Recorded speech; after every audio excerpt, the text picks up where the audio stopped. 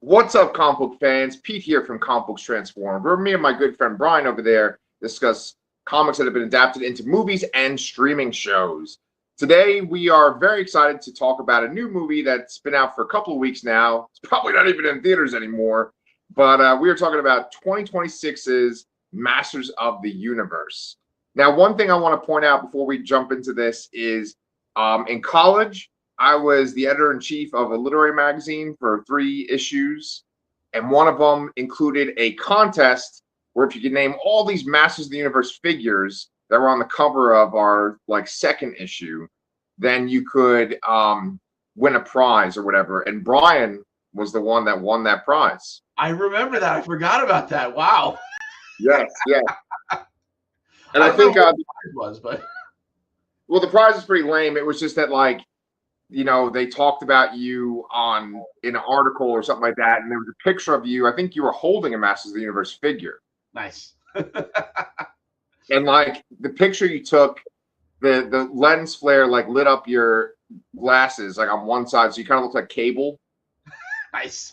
Yes. Man, I didn't even remember that. That's crazy. But now that you mentioned it, I do remember doing that. So Yeah.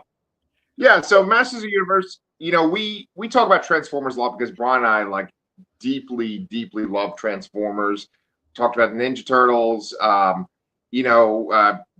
think we like G.I. Joe too, but Masters Universe is another franchise that we've just really been into and had a lot of toys. Did you have a ton of Masters Universe toys, Brian? yeah, that was my first obsession as a child was Masters of the Universe, to the point where my family members still associate that with me extensively.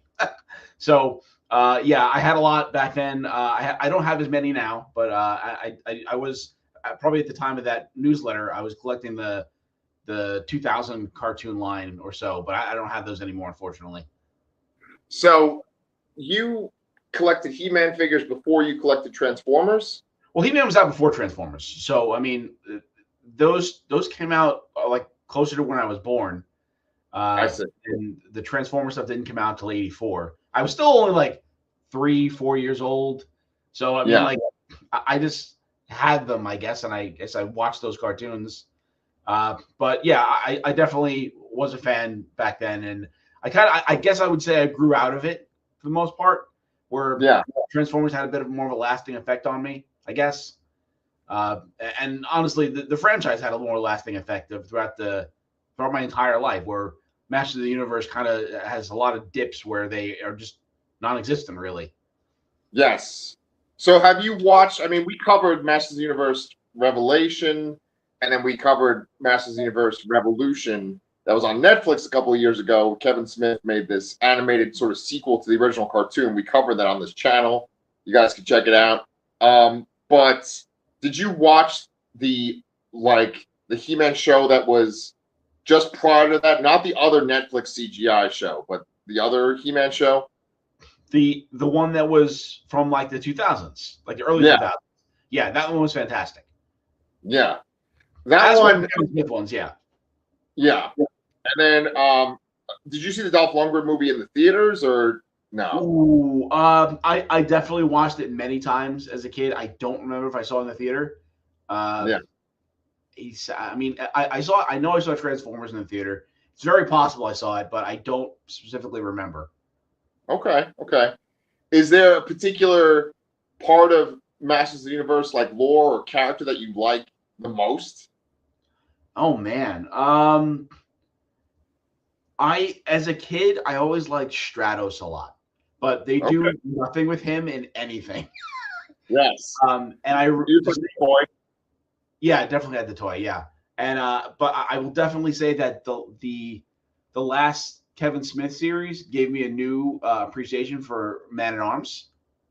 I thought they portrayed that character very well in that show. So maybe that. Okay. It's interesting because I know that the guy that wrote the screenplay for the Dolph Lundgren 1987 movie was saying that it basically was like Jack Kirby's Fourth World. It was the New Gods, and I guess Skeletor was Darkseid. This is how we can kind of connect it to comic books. I think Stratos was supposed to be like the Metron of Eternia. Well, no, that have. Oh, oh shit, you're like freezing up, man. I thought we'd moved beyond that with this show.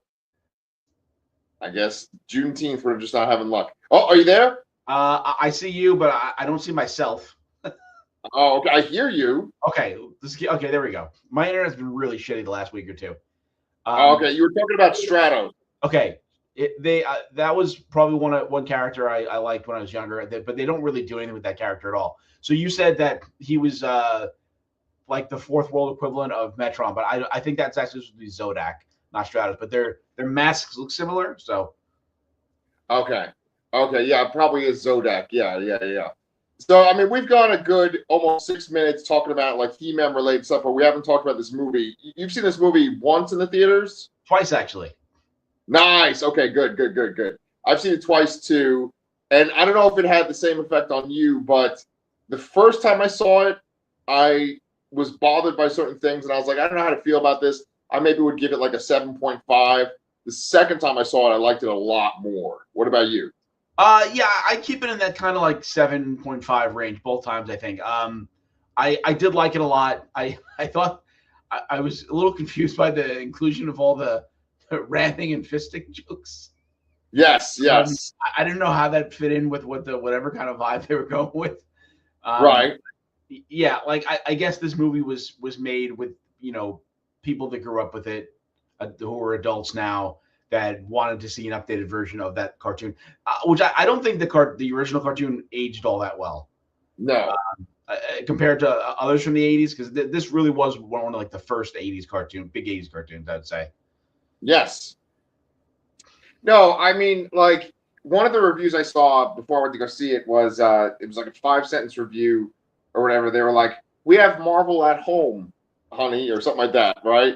And I like it's funny because the other day I was sort of starting to think of all these movies that were made by James Gunn, and I was like, what if they had like a crossover with all these movies? Like, yeah, the Suicide Squad and Guardians of the Galaxy and Superman. There's all that kind of same tone, and I felt like this was kind of similar in tone. Did you agree or no? Yeah, I could say, yeah, it kind of has that very heavy sci-fi vibe that works with those movies that you mentioned, I think. Yeah, even Suicide Squad, because the inclusion of Starro and all that. Yeah, I think that would kind of work thematically in a way. But I mean, ultimately, what I kept thinking about, especially after the second time, is that would I watch this over the '87 movie? And I think I would choose the '87 movie first. Oh, as different as it is from what was established there, because there's really not all that much that's similar in that movie. But yes, I guess that they just did something that I don't know. I guess it worked more. I don't know. Yeah, that is a really interesting point that you bring up there, man, because I think that when this goes on to streaming, I feel like if I had nothing to watch, I always have something to watch. But if I was like, oh, I just feel like watching something fun tonight and just relaxing, I feel like I would throw this on.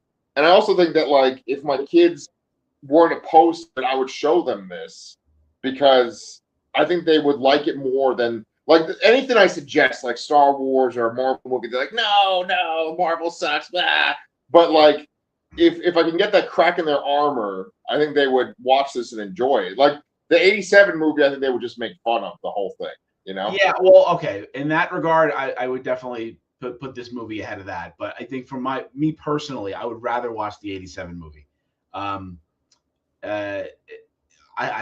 don't know, but yeah, like this is a very bright, colorful movie. It's definitely more modern, and it looks better for sure because all the advancements in technology since the 1980s. But right. So that makes sense for like kids like my son. He came to see it one of the times, and he did not want to see it. He thinks He-Man kind of looks like stupid, like he doesn't like his like that. Those are the things he says. But he came out liking the movie a lot. So okay, does it all come down to Frank Langella's Skeletor? Is that like what makes you like that movie more than this one? I mean, Frank Langella's Skeletor was pretty good. I don't know. It's like I thought about how even though that movie is so different and it's so much more sci-fi and there's barely any characters that are the same, and even if there are, they don't remotely look similar to the cartoon. Right. But and this one is that like it is a live action version of the cartoon, but Yeah. I feel they had a more cohesive story or something, or not cohesive story. That they did something else with that. I think that had more meaning to me for some reason. I mean, they had a like God, I almost hate I'm saying this because I hate this is what I hate about the live action Transformers movies is they had that human element to it, Oh, and I hate that about the other things because I just want robots in those movies and not that. But they incorporated that. They incorporated Earth better in that movie, I think, in this movie. I don't understand why they had to have Adam be on Earth for 15 years or what he got out of it, to serve this movie properly. okay. I'm so very glad that you brought that up. Obviously, we're going to be talking spoilers. If you haven't seen He-Man, then turn this off. Come back after you've watched it. But I had that exact same thought, Brian, of like, why do we need to do the Earth part at all? Because the majority of it's on Eternia, and he references Earth. He references his HR job quite a bit in the movie, and it even is kind of used to solve problems in the movie. But one of the main problems I had both times watching it is the way that he gets the Sword of Power, which is essentially his way to get back to Eternia. I felt like that wasn't really earned. There's like this goofy scene where he gets the sword back, but it's not like okay, I'm sorry for talking so much, but like he loses the sword when he gets sent to Earth, and he finds it after searching for years and years. It's just in a comic book store where like a Conan looking character, they have a statue of him and he's holding the sword. And like you could do something interesting where you could say like this sword inspired this character and it kind of inspired this like He-Man type world, or like Adam could like cleverly figure out how to get the sword back, showing that he's like a clever character, but he just like goes to grab the sword and falls over. Like I didn't Steals it. yeah. Like I felt like that part kind of falls flat right there. Yeah, the whole Earth angle falls flat, other than just keeping him away from Eternia while Skeletor is in power. That's the only thing that it serves, really. Right. And I think they could have did something more interesting, like if he like had amnesia or something like that, but he would have like dreams of Eternia and he'd draw these weird things, and then he'd realize it's all real, and then he goes there. But he remembered it the entire time. I thought it was strange that no one remembered him. I know it's a long time. He was a kid. Now he's an adult, but still, like no one believes him or anything like that. I just don't think there was a good enough separation between Adam and He-Man. Yeah, I agree. I think, I mean, this is my theory, but my theory is just that they essentially needed an audience cipher, an audience surrogate for Eternia, and so they made He-Man that character versus like everything in this movie is sort of made to seem silly. It's that kind of that thing that's done poorly in a lot of Marvel movies, where or especially in other comic book movies that are not MCU movies, where they're like, see how silly this is? We're gonna like kind of make fun of this. Like there's a lot of that, but there's also a lot of love for it as well. It's not just like mocking it completely. And I think that like had He-Man not been the Cypher character himself, then it would have been like, look how goofy this guy is. And we'd also have to call him He-Man, which we don't until the very end of the movie, like the very, very end of the movie. Yeah, and I actually kind of like that angle with one caveat. The whole like, oh, I don't remember your names, but this is what I called you because this is what you did, sort of thing. I wish they would have told us their actual names. Yes, I agree with that. Went a lot further with that kind of idea because it's a really good idea, honestly, because the names are silly. Right. Yeah, it would have been cool if like Fistor was like, my name is Tobias, like said something like that. Exactly. Yeah. So I asked Mike Bongiorno this, but I so much about figures too. So like Dion Was Dion a figure at one point? I don't know if she was ever a figure. So that is a character from. I had to look this up because I didn't remember her either. That is a character from the newspaper Masters of the Universe comic strip. Oh, that's cool. And she's kind of like just like a guard in Eternia. That's and that's really, I don't think she has many appearances. If there was a figure of it, I'm not aware of it. But Yeah. I wouldn't be surprised because a lot of like there was a lot of like there was like a He-Man Master of the Universe like figure collectors club that kind of persisted for a while. That was like you had to have a membership and they would sell you these really random characters sometimes. So maybe figure at some point, but I've never seen it. Okay, because like they made her be on the same level as like Fisto and Ram Man, you know, and neck and neck. Yeah. Like, yeah, she was on the same level as them. I mean, to me, it's interesting because they had the sort of attitude that Wolverine has towards the X-Men in the first X-Men movie, but it's the inverse of it because everybody looks like the toys. Like in the beginning of that Masters of the Universe Revelation cartoon, there's this sequence that we talked about on this show where like it just looks like the fucking toy box, like the back of the toy box with all the characters fighting. Yep. Like that's what this movie felt like. Was that the where are people in the great. Man, your internet really does suck. Yeah. Because like I just keep getting little snippets. It's like we're in Aliens and you're getting cut off like from you're like Apone, you're like, what? Alt back incinerator, what? Yeah. All right, say it again, man. Say it again. So the scenes in the movie that were the battle scenes where they just had everybody punching each other and shooting lasers and stuff. Those were a lot of fun, and those were the probably the most interesting parts to the movie to me, which I hate to say in a way, but you know, it made me feel like a kid for the most part. Yes. Well, I mean, to me, my favorite part of the movie is when he goes to Snake Mountain to go rescue his father, and he essentially takes on like Skeletor's like lieutenants, like the main guys that we would always see in the cartoons. There's like Spikor and you know, and Korg, you know, from the fucking 87 movie. Yeah, I mean, that's this great sequence where, you know, there's sort of like this metal music playing, he's beating them up. Then at one point, like after they sort of regain their footing, the music kind of slows down its tempo and it just keeps going. You know, I that was my favorite part of the whole fucking movie. Yeah, no, that was good. Although I felt like how they got there and when they got there just felt oddly paced.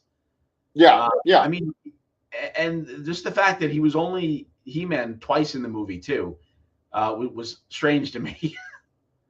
Right. Yeah, that's true. Yeah, but both times he becomes He-Man, I think are like really, really good scenes. Yeah, of course, yeah. Like the transformation is great, the build up to it's great, but then they have this kind of moment in both where there's like essentially like this joke right after he becomes He-Man, and I feel like that's what poorly written Marvel movies will do, where they'll do like a joke right after a super dramatic emotional moment, and it kind of takes the wind out of the whole thing. You know what I'm saying? Yeah, no, I understand there. Yeah, like when he first transforms, like you have kind of like Teal in the background saying, "Oh, kick him" or whatever. What the hell she says? I don't remember. She's like, "We're gonna get out of this, or we're gonna survive," and then she's like, "We're screwed." Yeah. That's what it was. Yeah. And I think that was actually I actually really liked Camila Mendez's Teal in this. That with that lone scene is the exception. Because like they did a bunch of like reaction takes and they just sliced it in there, and it was, I guess they used whatever was best, and that wasn't the best they could have done probably. Right. No, she's good. I actually thought that like Idris Elba was kind of one of the weaker parts of the movie, and I think it's mainly because of his dialogue. Like because I kept kind of being like, oh, I'm not as excited about the Idris Elba stuff, but like I really fucking loved his sort of like rivalry with Trapjaw. I thought Trapjaw was like amazing in this movie. Yeah, that was one of my favorite parts actually. I agree with you that maybe they did a little too much with like a bumbling drunken Duncan. There But you his fight with Trapjaw and then his PTSD from that fight and facing him was one of my favorite parts of the movie, I would say. Yes, yeah, we're on the same page there. Like they made Trapjaw look awesome. Like somehow they take this like really awkward looking, like only works as a cartoon or a toy, and they made him into something that looks cool and menacing, but still looks like that toy. Yeah, yeah.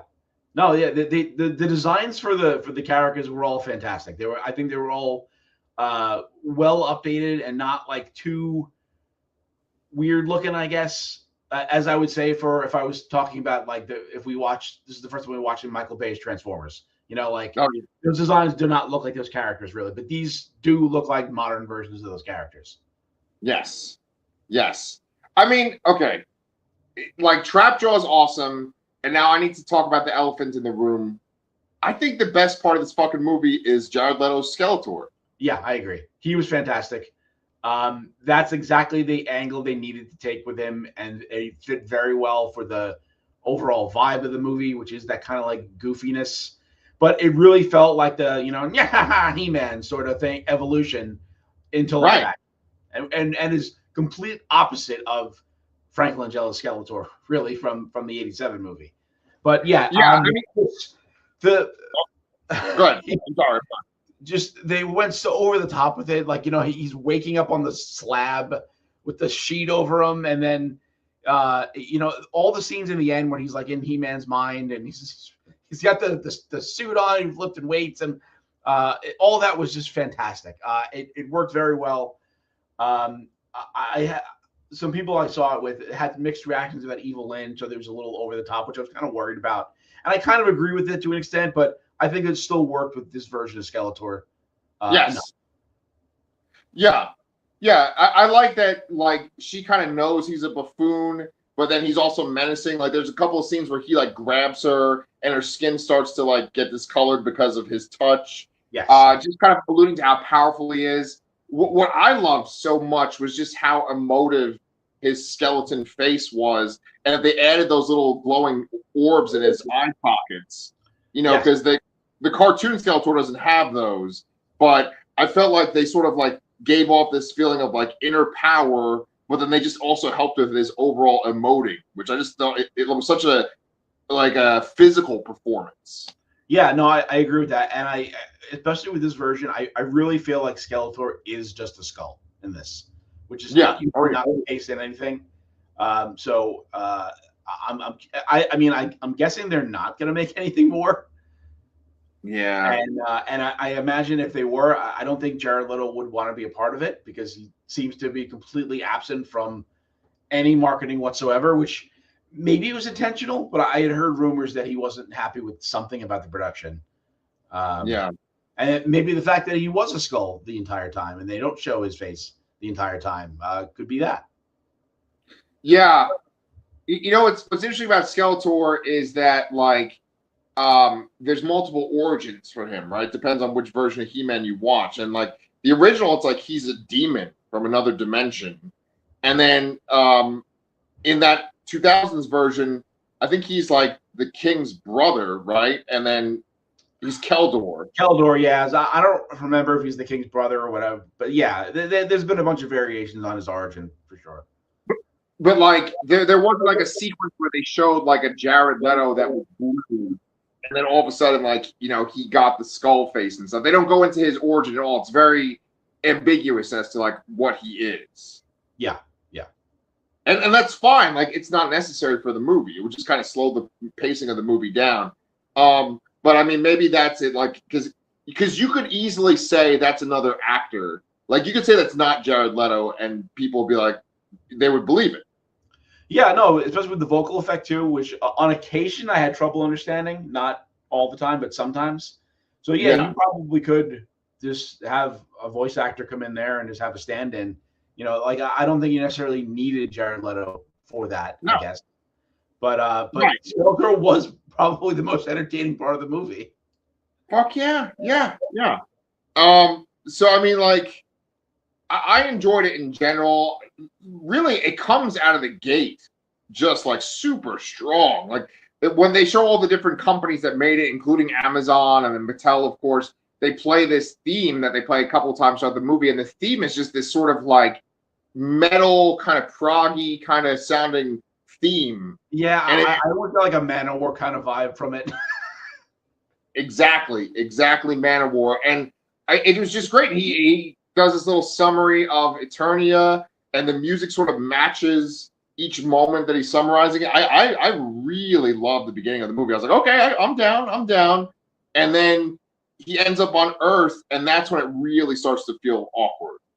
Yeah, and they barely spend time on Earth too. It's like it's very short, and there's very little meaning to it at all. Yeah, right, exactly. And then I mean, I get it that like because okay, it essentially sets up this part in the third act right before the end when Skeletor's in his mind. The Sword of Power's been destroyed because Skeletor like blasted it, and Skeletor did blast, He-Man blocked it, and they made the sword break. And Skeletor stabs him with the sword that's broken. And then like it's this great moment because Adam essentially is like almost like a failure in both worlds. Like he doesn't fit into either. It's like he was kind of a weirdo on Earth that was always dreaming about Eternia. In Eternia, he's like out of the loop because he was on Earth. So I actually really liked that, and I really liked how they resolved it with the sorceress and telling him that he's the vessel for the power versus his sword. Yeah, no, I did like that, but at the same time, I also feel that they don't give a compelling enough reason for why he's the vessel or why he's worthy of this power. Totally agree. And I mean, I can't say that the original cartoon did a better job of that either. And then maybe that's just me looking at it with an adult brain or more of an adult brain, because I mean, we're talking about a movie that's made out of a kid's toy line. So right. Well, no, there isn't like any kind of sequence where you see like a young Prince Adam do something compassionate or like do something clever. He does stuff like he tries to talk to Skeletor. He tries to talk to the villains a couple of times in the movie, but initially when he would get the power, like there's nothing that shows why he would be chosen. I totally agree with you on that one. I mean they have. Go ahead. I think they're trying to imply that his job in human resources to do with it, which I don't like at all. Right, yeah. And I don't think they did a good job of showing what he did with that job in any capacity. So no, they don't, because they just basically show him like obsessively searching for the sword. There's no like thing where he resolves a conflict at work or anything like that. And you froze again. Are you there? I can hear you, but I don't see anybody. Oh no! I can hear you and I can see you. Yeah. Uh-oh, now he's got now there he is. Okay, sorry. Yeah. Well, I know. Let's see. What else can we talk about real quick? That I don't know. I mean, what else gives it a 7.5 rating for you? I do want to comment on the actor that played Adam and He-Man, Nicholas Galitzine.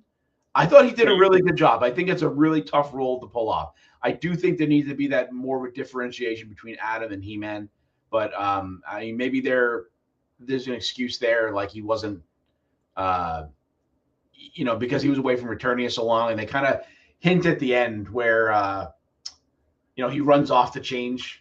So maybe he'll have that more of that duality or they plan to have more of that duality in future versions. But I don't know what else to say about the movie. Like it looked great. I was cheering all of the battle scenes. I love Skeletor. That's kind of it. Were you excited to see She-Ra? And do you know that actress? I don't. I think that's really probably just a stand-in. I don't think they actually cast anybody. Okay. For that. I was excited to see it. My wife was very excited to see it. I hope if they made something, I would sure see it. But I'm imagining it won't happen. Yeah, I don't know. I mean, I saw this one video. I also like how I'm just sprawled on my couch. I kind of like that Skeletor meme. And like I got my fucking pale ass leg just showing here. Like man. But I was gonna say though that I like that they call her Force Captain Adora, and like they show the fight zone in the background. It reminds me of She-Ra and the Princesses of Power, which I really love that show, the Netflix show. Yeah. This one guy made this video saying that like Amazon has dumped a ton of money into the Lord of the Rings franchise to make Rings of Power, and I don't think that show is very successful, but they keep making that. Like they put like $500 million into that, and well, they sure have plenty of money to throw around. Yeah, exactly. So I guess the question is, like, if this movie was to take off in streaming and become like a big hit on streaming, do you think that maybe they might make just like a lower budget sequel movie on Amazon?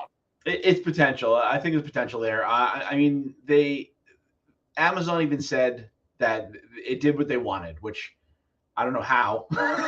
Right.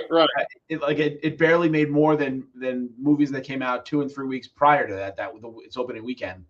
Wow. But they were happy enough with whatever it did, I guess. So, Yeah. And I know that they've also thrown a bunch of money into other properties, like they had that Voltron movie with Henry Cavill. I believe that's going to bypass theaters and go straight to streaming. But so yeah, I think that's a very possible future, is that we may get a lower budget sort of thing. Yeah. How good it'll be, I don't know. How long it'll last, I don't know. Yeah. So, man, poor Henry Cavill, poor like incredibly handsome and fit Henry Cavill that men obsess over more than women do. He's always sort of like the bridesmaid and not the bride. You know what I'm saying? Like, yeah, he just never has his like true time to shine. I mean, he was fucking Superman, and he still couldn't even shine as that. Yeah. And the whole Witcher thing, and I mean, he's not even. I think he's I think he plays like the king in Voltron. Or no, I'm sorry, he can't, because they're not using the characters from the cartoon. I don't know who's playing. Oh, okay. Well, that's fucking weird. Okay. Yeah. Isn't what's her face in it? Sydney Sweeney too? She's rumored to be attached to a Gundam movie. Oh, okay. That's right. I'm sorry. I'm so off. They're just making every single thing that could be a franchise. They just make it now. Yeah. But I'm kind of wondering, if it's still worth making these properties from the 80s with today's movie going audience. I don't think, I think the people that were there in the 80s and liked it are probably aging out. And I think it's just not being adopted well enough by younger audiences. So maybe it's time to, I don't know, mine a different decade. I don't know. Oh, or make something original. Yeah. What? Come on now. It's It's so far away as a thought, because it hasn't happened in so long. I know. Okay, yeah, all right. Well, wait. There's one other thing I want to talk about real quick. I'm sorry. So I feel like we were gonna have Stinkor in this movie, but they cut it out. And I wanted to see what you thought about this. There's a part when Adam's able to rally all the Eternia heroes to break out of the jail. They break out and they have this sort of like Guardians of the Galaxy kind of moment where they're all walking and they look like they're cool. Then they start coughing and stuff. And they talk about a smell, and there's this like white smoke. The way it's made in the movie, it looks like, oh, they're just, I guess, coughing from the smoke from their breakout. But it's weird that they're like, oh, it smells so bad. Like, I feel like they were going to have Stinkor there for a second. Yeah. You know what? I didn't even think about that, but you're probably right. They probably did cut that out. And that would have been, I mean, I guess that's not a super popular, well-known character. I was very surprised they didn't include Merman. Right, but Merman, they do show Merman when they show Orko in that mid-credit scene. Oh, they do? I didn't notice that. He's in the back because Orko is like in a crowded like market space. Merman's in the back of that. Yes. Oh. Huh. Yeah. Orko, that's another hard thing to pull off for a movie like this, Yeah. I mean, I missed the character from being there, but at the same time, it's like, I don't know how they would have incorporated this otherwise. Right. He looked cool, like when he showed up in that scene. Yeah, but like in terms of the vibe of the movie, like I mean, even Cringer talking, it was kind of like weird. It may have been better served having him just be a tiger, you know? Yeah, I agree. I know that the audience that I saw it with like had like a really strong reaction when Adams reunited with him in the prison. I mean, I did too, but I was Yeah. surprised that they kept that sort of. And I think my son said that was his favorite character. So Oh, okay. Look at that. That's fucking weird. Yeah, I don't know. I mean, I liked it a lot. I said it was like a 7.5 when I first saw it, but I would move it to like an 8 or even an 8.5 the second time I saw it. And I would watch it again, but you know, the franchise, I don't know if it's going to go anywhere moving forward. There's talk about like them making a new live action Transformers movie too, right? yeah, I've heard that. I don't know if it's going to be. There was also rumors of Michael Bay coming back, but somebody is writing some movie. I don't know if it is involved with G.I. Joe or not. That rumored crossover from the end of Rise of the Beasts. But I mean, well, only time will tell. Okay. All right. Well, I guess that concludes our He-Man discussion. I hope you guys enjoyed it. Brian and I are currently reviewing the show Spider Noir, starring Nicolas Cage on Amazon Prime. You can check that out. There's also movies coming out too, like Spider-Man: Brand New Day, Supergirl before that. So we got stuff to talk about this summer. If you guys haven't subscribed to the channel, please do give us a like, and we will continue to dangle our swords between our milky white thighs. See you guys next